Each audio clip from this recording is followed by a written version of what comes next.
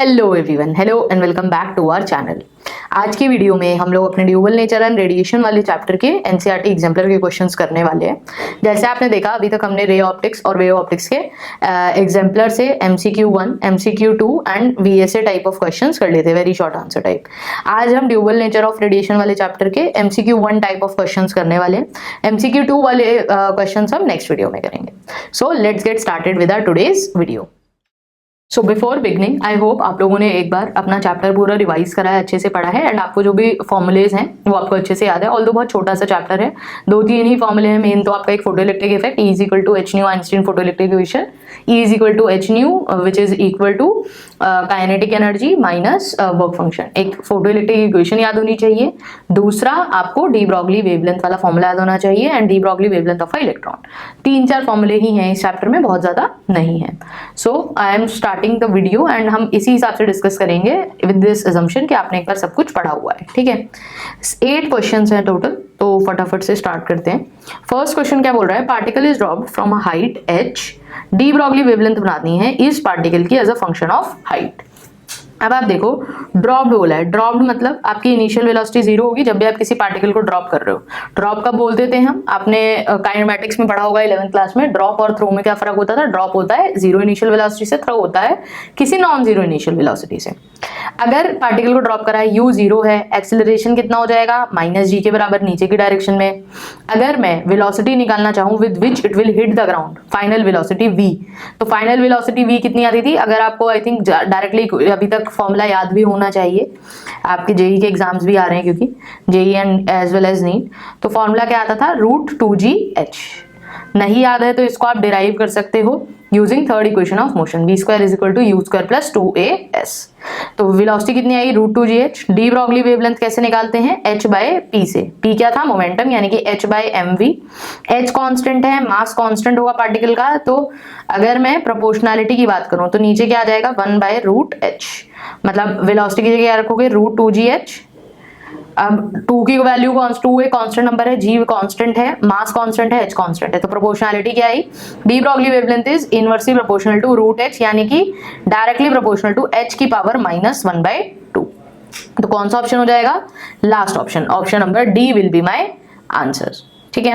Next question क्या बोल रहा है, wavelength of a photon needed to remove, wavelength calculate करनी है आपको किस फोटोन की, needed to remove a proton from a nucleus which is bounded to the nucleus with 1 mega electron volt energy. आपको एनर्जी गिवन है, mega electron volt को पहले joules में कन्वर्ट कर लेना है, तब आगे वैल्यू सब्स्टिट्यूट करनी है। तो कितना आएगा, पहले मेगा के का मतलब क्या होता है, 10 की पावर 6, और इलेक्ट्रॉन वोल्ट है 1 eV। ई छोटा ई किस लिए है, चार्ज ऑन इलेक्ट्रॉन, तो 1.6 इंटू 10 की पावर -19।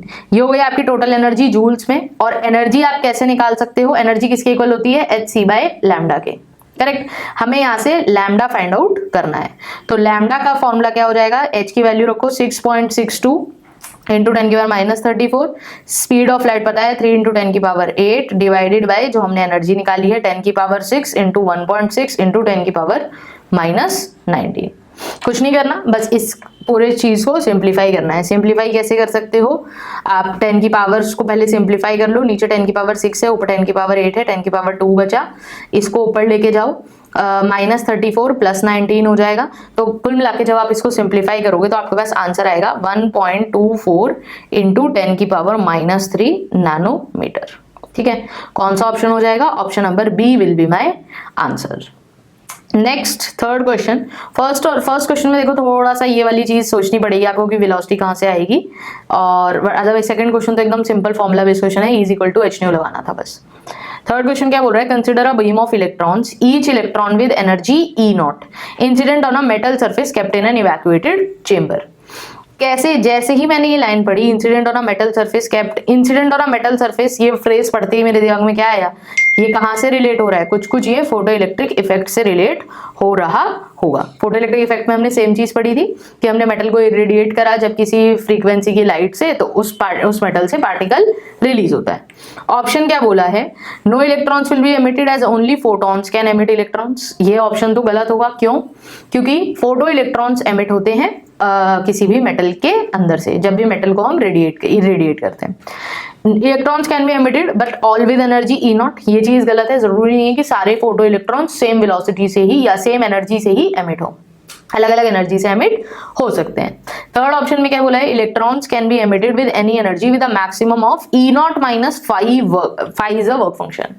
अब देखो थोड़ा सा जो आपको कंफ्यूजन हो सकता है वो कंफ्यूजन हो सकता है आपको सी और डी पार्ट में, बट हमें क्या पता है अगर कभी भी ई नॉट एनर्जी आपने इंसिडेंट की किसी भी मेटल के पार्टिकल पे, एनर्जी दो चीजों में यूज हो रही थी। एनर्जी पहली बात तो अगर आपने टोटल जितनी एनर्जी इंसिडेंट की है कभी भी उस एनर्जी से ज्यादा से इलेक्ट्रॉन रिलीज हो नहीं सकता, पहली बात। मैक्सिमम एनर्जी कितनी हो सकती है, ई नॉट, मिनिमम जीरो कि अगर एमिशन हुई ना। हमने क्या पढ़ा था, एनर्जी दो पार्ट्स में यूज होती है। पहला पार्ट ऑफ एनर्जी कहाँ जाता है, वो बॉन्ड्स ब्रेक करने में, मतलब थ्रेशोल्ड को ओवरकम करने में। दूसरा पार्ट जाएगा उसके बाद काइनेटिक एनर्जी इंपार्ट करने में। बट ऐसा भी हो सकता है कि थ्रेशोल्ड एनर्जी बहुत ही मिनिमम हो किसी मेटल की।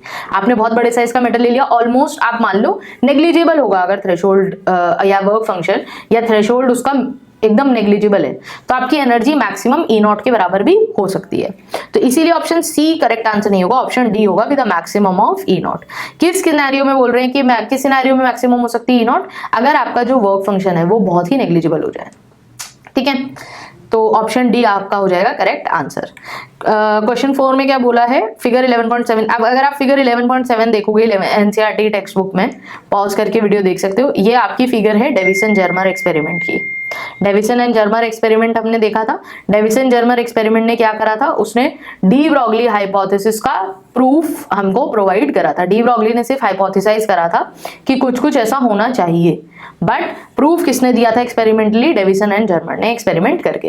एक्सपेरिमेंट में क्या बोल रहे थे, उन्होंने कैथोड पे एक मेटल का पीस रखा था, उसको इरेडिएट करा, वहां से कुछ पार्टिकल स्कैटर हुए, स्कैटर होने के बाद उन्होंने कलेक्टर टाइप ऑफ चीजें रखी थी, डिफरेंट डिफरेंट एंगल्स पे हम उसको घुमा रहे थे। हमें फिर क्या पता लगा था, डेविसन जर्मर ने क्या बताया कि जो भी मैक्सिमम रेडिएशन है, मैक्सिमम इंटेंसिटी, पहले हमें क्या लगता था कि सेम इंटेंसिटी से एमिट होंगे हर डायरेक्शन में इलेक्ट्रॉन्स, ठीक है। कुछ इस तरीके का सेटअप है कि यहाँ से एमिशन हो रहा है, यहाँ पे आपका मतलब ये आपका मेटल का सरफेस है, यहाँ से इरेडिएशन हो रही है, आप ये कलेक्टर को डिफरेंट डिफरेंट एंगल्स पे रख के देख रहे हो। उन्होंने क्या ऑब्जर्व करा कि ये जो इंटेंसिटी है कितने एंगल पे मैक्सिमम आ रही थी, 50 डिग्रीज पे, और किस पोटेंशियल पे आ रही थी ये वैल्यू, 54 वोल्ट्स के पोटेंशियल पे। तो एक बार जाकर थोड़ा सा डेविसन जर्मर एक्सपेरिमेंट रिवाइज करना तो आपको पता लग जाएगा।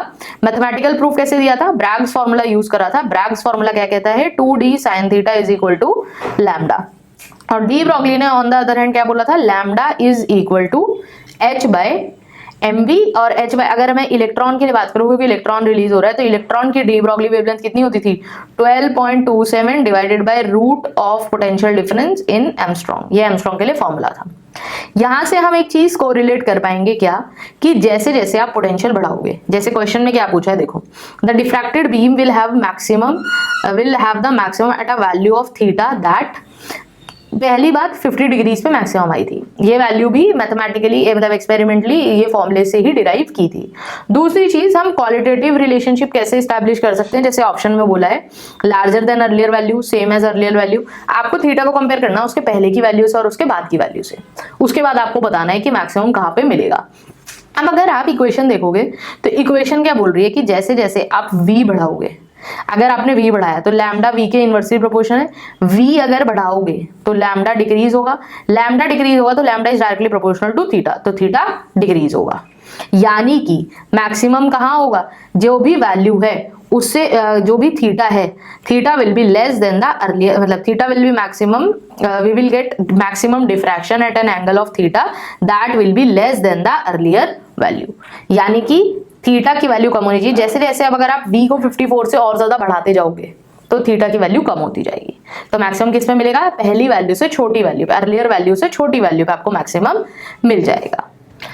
नेक्स्ट 5th क्वेश्चन क्या बोल रहा है, proton neutron electron alpha particle की सेम एनर्जी है। अगर एनर्जी सेम है तो क्या हम ये बोल सकते हैं कि एनर्जी कहाँ जाती है, काइनेटिक एनर्जी इंपार्ट करने में, यानी कि हाफ mv², करेक्ट। ये भी सेम होगी सबकी। काइनेटिक एनर्जी को कैसे लिख सकते हो आप, p²/2m, करेक्ट। यानी कि अब हम ये बोल सकते हैं ये सारे पार्टिकल्स के लिए कांस्टेंट है, करेक्ट। तो अगर आप मोमेंटम की बात करो तो मोमेंटम क्या हो जाएगा, अगर मैं इसको एनर्जी लिखूं, एनर्जी 2em का अंडर रूट, करेक्ट। और अगर आप डी ब्रॉगली वेवलेंथ देखो, डी ब्रॉगली वेवलेंथ क्या होती है, h बाय पी। h आपका एक कांस्टेंट है डिवाइडेड बाय p क्या है, √2em। अब अगर आप एक चीज नोटिस करोगे, h कांस्टेंट है, प्लैंक्स कांस्टेंट, एनर्जी सारे पार्टिकल्स की, चारों पार्टिकल्स की एनर्जी आपको सेम दी हुई है, यानी कि E कांस्टेंट हो गया, 2 एक कांस्टेंट नंबर है। इसका मतलब हम ये बोल सकते हैं कि इस पर्टिकुलर सिनेरियो में जो मेरी वेवलेंथ है that will be inversely proportional to root of mass, यानी कि जिस पार्टिकल का मास ज्यादा है उसकी डी ब्रॉगली वेवलेंथ कम होगी। अब मास के अंदर रिलेशनशिप क्या होती है, सबसे ज्यादा मास किसका होता है, अल्फा पार्टिकल का, फिर प्रोटॉन और न्यूट्रॉन का मास इक्वल होता है, और फिर सबसे लाइट कौन होता है, इलेक्ट्रॉन, करेक्ट। तो अब अगर मास इस ऑर्डर में है तो मास से उल्टा होगा डी ब्रॉगली वेवलेंथ का ऑर्डर, यानी कि अल्फा पार्टिकल की डी ब्रॉगली वेवलेंथ सबसे कम, प्रोटॉन और न्यूट्रॉन की डी ब्रॉगली वेवलेंथ इक्वल, और सबसे ज्यादा किसकी होगी, इलेक्ट्रॉन की डी ब्रॉगली वेवलेंथ। तो ऑप्शन कौन सा हो जाएगा आपका करेक्ट, आप अगर देखोगे ये वाला ऑप्शन आपका इलेक्ट्रॉन की डी ब्रॉगली वेवलेंथ सबसे कम है, तो आपका कौन सा ऑप्शन करेक्ट हो जाएगा, ऑप्शन नंबर, सॉरी ये वाला नहीं होगा, option number B will be your correct answer, क्योंकि यहाँ पे ये गड़बड़ कर रहा है और नीचे ये गड़बड़ कर रहा है, तो option B will be your correct answer. Question 6 क्या बोल रहा है, an electron is moving with an initial velocity, आपको इलेक्ट्रॉन की इनिशियल वेलोसिटी गिवन है और आपको मैग्नेटिक फील्ड गिवन है, then its de Broglie wavelength आपको निकालनी है। डी ब्रॉगली वेवलेंथ क्या होती है, h by P, h by M V, momentum को mv लिख सकते हैं। बात आई वेलोसिटी की, तो वेलोसिटी हमें गिवन तो है, बट एक प्रॉब्लम क्या है, हमसे पूछा है कि डी ब्रॉगली वेवलेंथ चेंज होगी, कांस्टेंट रहेगी, बढ़ेगी, घटेगी, क्या होगा उसके साथ।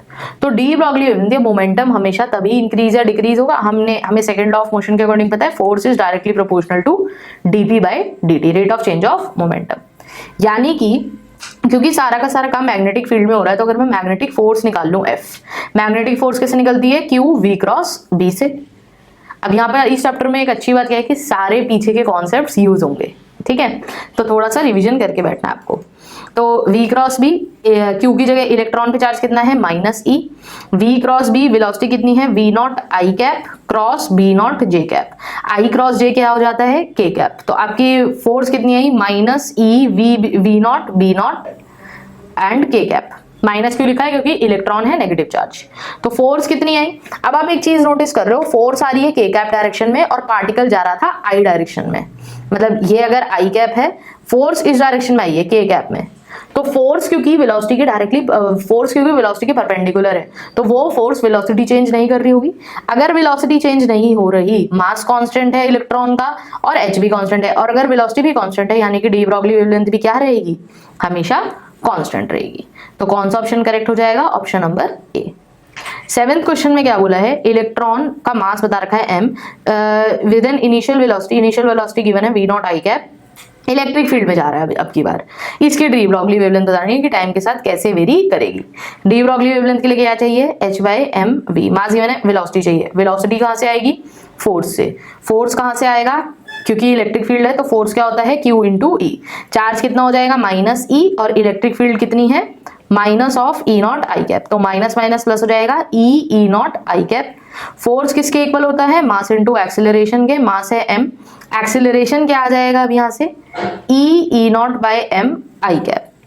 अब हमें पता है अगर ये आपकी हो गई इनिशियल वेलोसिटी लिखा है, एक्सेलरेशन है, अगर फर्स्ट इक्वेशन ऑफ मोशन में लगाऊं v is equals to u plus at, initial velocity कितनी है, v0 plus a into T, acceleration भी सेम डायरेक्शन में है तो इसलिए डायरेक्ट पुट कर सकते हैं, एक्सेलरेशन कितना है, E0 by m into T time ले लेते हैं। तो मुझे पता लग गया कि जो मेरी फाइनल वेलोसिटी है वो कैसे वेरी कर रही है टाइम के साथ, और ये आई कैप आ जाएगा, एक्सेलरेशन भी आई डायरेक्शन में है, आई कैप में, और वेलोसिटी भी, इनिशियल वेलोसिटी भी। फाइनल वेलोसिटी कितनी है, v0 plus E0 by m into T. अब वेलोसिटी चाहिए थी, वेलोसिटी मिल गई, डी ब्रॉगली वेवलेंथ निकल जाएगी आसानी से, h by m into v क्या हो जाएगा, v की जगह पे क्या रखोगे, v0, ये जो पूरा हमने निकाला है E0 by m into T I cap, correct. अब डायरेक्शन की तो जरूरत है नहीं, क्योंकि de Broglie wavelength is a scalar quantity. इसको आप सिंप्लीफाई कर सकते हो, सिंप्लीफाई कैसे कर सकते हो, सिमिलर ऑप्शन ढूंढने के लिए इसको लिखो h बाय m v0, अंदर क्या आ जाएगा, 1 plus E0 t bye m v0, ठीक है। तो आप अगर देखोगे अब h by M V not को क्या लिख सकते हो, जैसे लैम्डा नॉट लिख रखा है, लैम्डा नॉट क्या है 0 टाइम पे, मतलब जब इनिशियल वेलोसिटी वी नॉट होगी, तो h by M V naught क्या हो जाएगा लैम्डा नॉट, तो आपका वेवलेंथ क्या आई lambda not divided by 1 plus E naught T by M V naught. तो आपका कौन सा फॉर्मूला आ रहा है, मतलब कौन सा ऑप्शन मैच कर रहा है, option number A. Option A will be my correct answer. Last question क्या बोल रहा है, electron of mass m with initial velocity v not I cap is in electric field e not j cap. Lambda not आपको given है h by M V not, इसकी de Broglie wavelength निकालनी। Similar question है ऊपर वाले जैसा ही, यहाँ पे भी सेम काम करना है। फोर्स क्या हो जाएगी माइनस ई और E not J cap, force आ गई जे कैप में, फोर्स किसके इक्वल होगी मास इंटू एक्सेलरेशन के, एक्सेलरेशन कितना आया minus E not by m into J cap. अब प्रॉब्लम देखो क्या है, इनिशियल वेलोसिटी आई कैप में है और एक्सेलरेशन जे कैप डायरेक्शन में है, तो आपकी जो वेलोसिटी है फाइनल वेलोसिटी किस डायरेक्शन में आएगी, मतलब अगर मैं आपकी वो निकालूं, अगर मैं y कैप में ही निकालूं जे कैप में आएगी फाइनल वेलोसिटी, क्योंकि एक्सेलरेशन जे में है, जे कैप में इनिशियल वेलोसिटी का कोई कंपोनेंट है नहीं। तो हमें क्या करना पड़ेगा, हमें पहले फाइनल वेलोसिटी का, और फाइनल वेलोसिटी भी एक वेक्टर क्वांटिटी होगी, फाइनल वेलोसिटी को कैसे लिख सकते हो v is equal to V X I cap plus V Y J cap.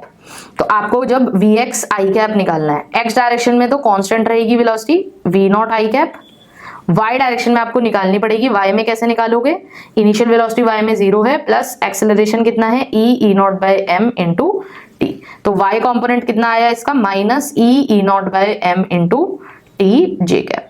ये आ गई आपकी फाइनल वेलोसिटी वेक्टर कितना आया v naught plus V not I cap minus E not by M T J cap.